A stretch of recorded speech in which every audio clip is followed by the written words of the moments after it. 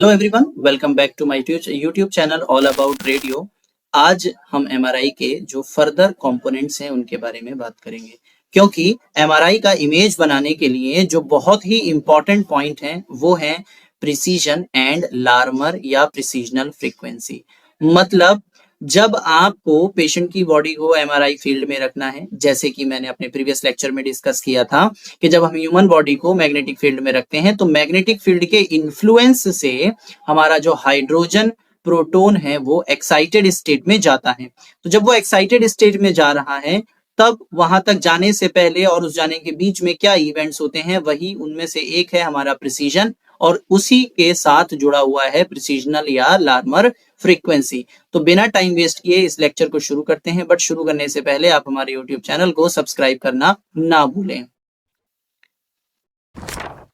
Precision जानने से पहले आपको जानना होगा एक प्रोटॉन और उस प्रोटॉन के ऊपर मैग्नेटिक फील्ड का क्या इन्फ्लुएंस होता है।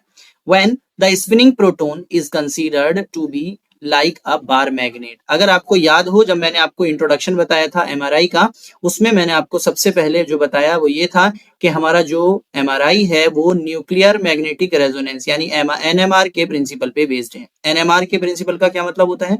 एनएमआर के प्रिंसिपल का मतलब है कि हमारा कोई भी एटम जिसमें से एक मैग्नेटिक प्रॉपर्टी यानी मैग्नेटिक इफेक्ट मिलता है तो वो न्यूक्लियर मैग्नेटिक रेजोनेंस कहलाता है।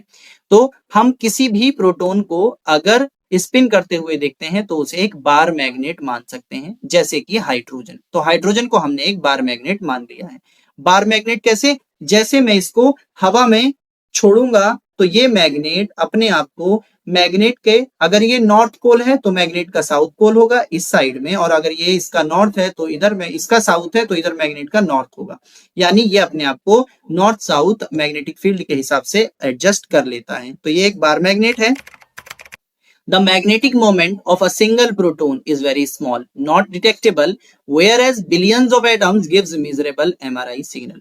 आप अगर देखें तो यहाँ पर एक सिंगल प्रोटॉन को अगर हम देखने की कोशिश करेंगे तो इनके पास कोई इतना ज्यादा मैग्नेटिक प्रॉपर्टी या मैग्नेटिक मोमेंट नहीं होगा जिसको डिटेक्ट किया जा सके। बट हमारी पूरी बॉडी में जो ये बिलियंस ऑफ हाइड्रोजन प्रोटॉन्स हैं या जो एटम्स हैं, इन सभी का एक साथ क्यूमुलेटिव अगर मैग्नेटिक मोमेंट देखा जाएगा तो ये एक मेजरेबल एमआरआई सिग्नल बनाते हैं। बट अभी भी ये समझ में नहीं आ रहा है कि प्रोटॉन का मैग्नेटिक फील्ड से क्या कनेक्शन है। तो कनेक्शन क्या है मैं आपको बताता हूं। Generally, spins are randomly distributed in the tissue which are due to thermal agitation results in no tissue magnetization। आप ध्यान से जरा इस डायग्राम को देखने की कोशिश करिए। एक हाइड्रोजन प्रोटॉन की डायरेक्शन किसी डायरेक्शन में है, कहीं पर है, दूसरा किसी और डायरेक्शन में, एंड सभी रैंडमली डिस्ट्रीब्यूटेड है।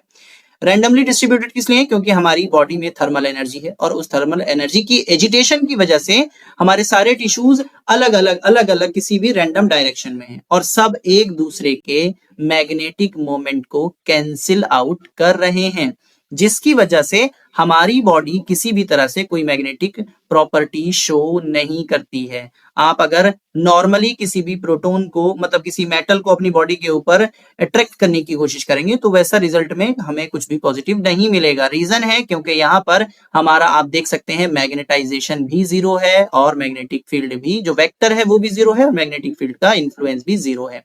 तो ना ही कोई एक्सटर्नल मैग्नेटिक फील्ड अप्लाई किया, ना ही हमारी अपनी बॉडी का कोई मैग्नेटाइजेशन वेक्टर है, एकदम रैंडमली डिस्ट्रीब्यूटेड है, कोई इन्फ्लुएंस नहीं आ रहा है because of the thermal agitation. But जब हम इसको मैग्नेटिक फील्ड में रखते हैं तब क्या होगा? So, under the influence of external magnetic field, the spins get aligned and have orderly orientation। अब देखते हैं आपने क्या किया। तो प्रीवियस डायग्राम में मैंने आपको बताया कि वहां पर मैग्नेटिक फील्ड जीरो था, यहां पर मैग्नेटिक फील्ड कितने स्ट्रेंथ का हो गया है अब? 1.5 टेस्ला।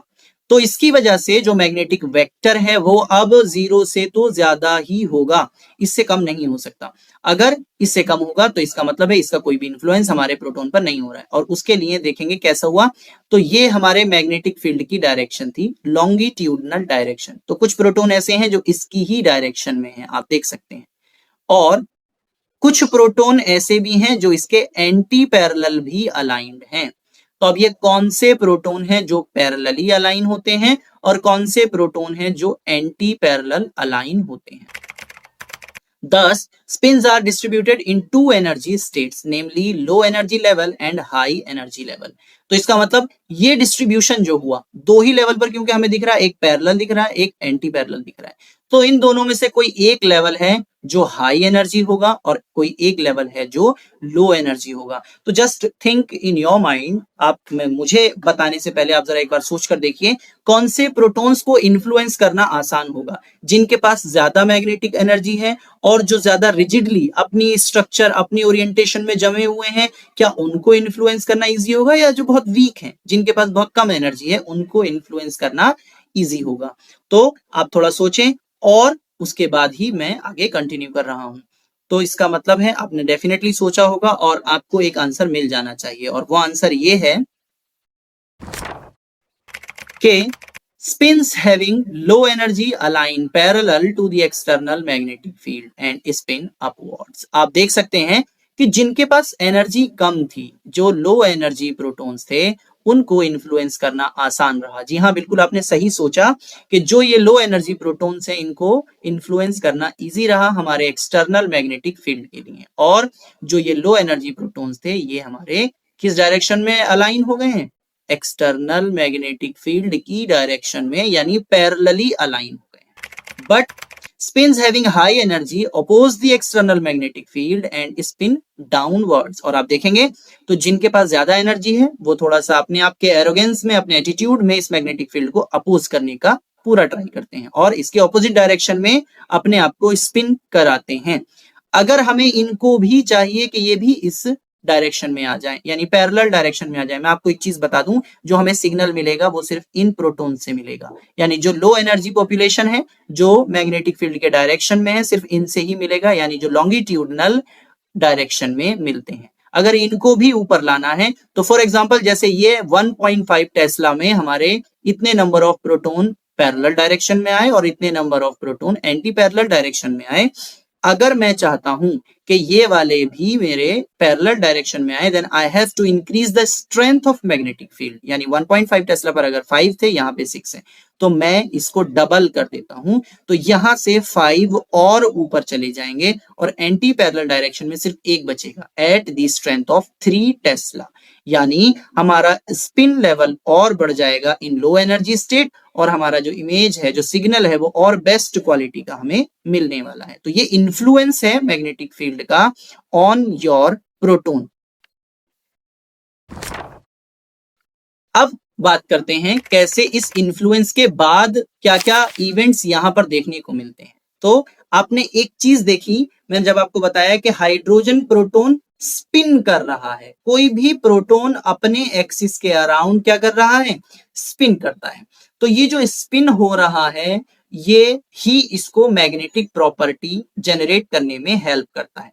ये कंटिन्यूअसली स्पिन कर रहे हैं, बट जब हमने इसको मैग्नेटिक फील्ड में रखा तब क्या होगा, external magnetic field not only separates the spin energy states, it also exerts a force on the proton that undergoes precision. मतलब क्या है कि जब आपके जो प्रोटॉन रोटेट कर रहे थे, यानी सिर्फ स्पिन कर रहे थे, ये मैग्नेटिक फील्ड के इन्फ्लुएंस की वजह से एक ऑर्बिट के अराउंड घूमना शुरू कर देते हैं, और जिस ऑर्बिट पर ये घूम रहे हैं ये इनका जो रोटेट करने वाला जो प्रोसेस है that is known as precision.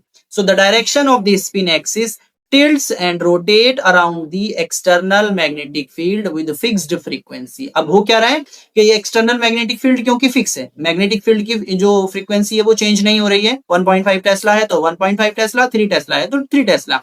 आप यहां पर देखेंगे तो जिस डायरेक्शन में मैग्नेटिक फील्ड है, मान लीजिए इस डायरेक्शन में था, तो इसके अराउंड ही ये प्रोटॉन रोटेट करना स्टार्ट करता है, and this is known as precession. This process occurs at an angular frequency. और इसको क्योंकि अब ये एंगुलर मोमेंट हो रहा है तो ये एंगुलर फ्रीक्वेंसी कहलाता है, and that is proportional to the magnetic field strength. मतलब अगर 1.5 टेस्ला है तो फॉर एग्जांपल 1.5 टेस्ला पर ये एक रोटेशन 1 सेकंड में ले रहा है, विच इज एन एग्जांपल, कितना स्लो नहीं होता है. और जब मैंने इसको 3 टेस्ला कर दिया तो ये 1 ही सेकंड में 2 रोटेशन ले लेगा. Which is again an example, ये कोई भी सही मैंने वैल्यूज नहीं बोले हैं। तो एंगुलर फ्रीक्वेंसी मतलब कितनी स्पीड में हमारा ये पर्टिकुलर प्रोटोन एक्सिस के अराउंड रोटेट करेगा, that is directly proportional to the strength of magnetic field. ये जितना ज्यादा बढ़ता जाएगा एंगुलर फ्रीक्वेंसी उतनी तेज बढ़ेगी और हमारा प्रोटोन प्रिसीजन और स्पीड में करने लगेगा। The energy separation which is delta E is proportional to the precessional frequency, और जो हमारा एनर्जी सेपरेशन है वो भी प्रिसीजनल फ्रीक्वेंसी से डायरेक्टली प्रोपोर्शनल होता है। तो जितना तेजी से हमारे हाइड्रोजन प्रोटोन प्रिसीजन करेंगे उतना इनका बेटर एनर्जी सेपरेशन होने वाला है। तो कुछ इस तरह से आप देखेंगे ये प्रिसीजन है। जो आपका ये एक अपनी लॉन्गिट्यूडनल एक्सिस के अराउंड रोटेट करने वाला जो ये प्रोटोन है, दैट एक्सिस, इसमें ये एक फिक्स्ड एक्सिस पे रोटेट कर रहा है, ये एक्सिस इंक्रीज नहीं हो रही है, आप बार बार देख सकते हैं ये अपनी एक फिक्स्ड एक्सिस में ही रोटेट कर रहा है। तो जब ये अपनी एक फिक्स्ड एक्सिस में रोटेट कर रहा है that is precision. Larger the magnetic field, higher the precisional frequency and higher the energy separation. जितना ज्यादा मैग्नेटिक फील्ड होगा, मैं आपको ऑलरेडी बता चुका हूं, उतना ज्यादा प्रिसीजन फ्रीक्वेंसी होगी, उतनी हाई, और उतना ही एनर्जी का बेटर सेपरेशन होगा। जैसे मैंने आपको एग्जांपल दिया था कि अगर 1.5 टेस्ला पर 5 प्रोटॉन लो एनर्जी स्टेट में है और 6 प्रोटॉन हाई एनर्जी स्टेट में है, तो वो डेफिनेटली 3 टेस्ला पर only 1 proton will be in higher energy state और and 10 will be in low energy state, क्योंकि मैग्नेटिक फील्ड हमने डबल कर दिया है। So there is a ratio. What is that ratio? Gyromagnetic ratio. The ratio of its own magnetic moment to its angular momentum. And it is often denoted by the symbol gamma. Is unique to each element. और जिस level पर ये rotate कर रहे हैं, इन दो चीजों के बीच में एक रेशियो बनाया जाता है। कौन कौन सी चीज के बीच में? इसका एंगुलर मोमेंटम और इसकी जो फ्रीक्वेंसी है, यानी जो गायरोमैग्नेटिक रेशियो है वो फ्रीक्वेंसी और एंगुलर मोमेंटम के बीच का रेशियो है। इसको हम गायरोमैग्नेटिक रेशियो बोलते हैं, और ये हर एक एलिमेंट के लिए यूनिक होता है कि ये कितना फ्रीक्वेंसी पर हमारा जो प्रिसीजन हो रहा है फॉर डिफरेंट डिफरेंट एलिमेंट्स। अब ये तो आपको समझ में आ गया कि ये जो प्रिसीजन आपको इस डायग्राम से भी दिख रहा है, इस प्रिसीजन के लिए जिस स्पीड में हमारा प्रिसीजन हो रहा है that is known as frequency.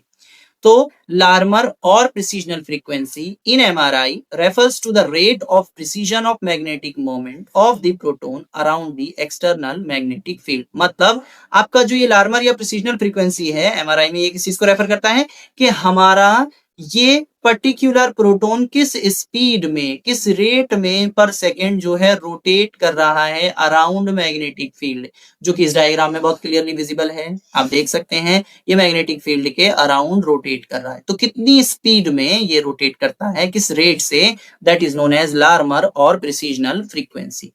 The frequency of precision is related to the strength of magnetic field. मैं अभी आपको ऑलरेडी बता चुका हूं कि अगर मैग्नेटिक फील्ड की स्ट्रेंथ बढ़ेगी तो प्रिसीजनल फ्रीक्वेंसी भी इंक्रीज होगी और स्पीड में ये रोटेट करना स्टार्ट करते हैं।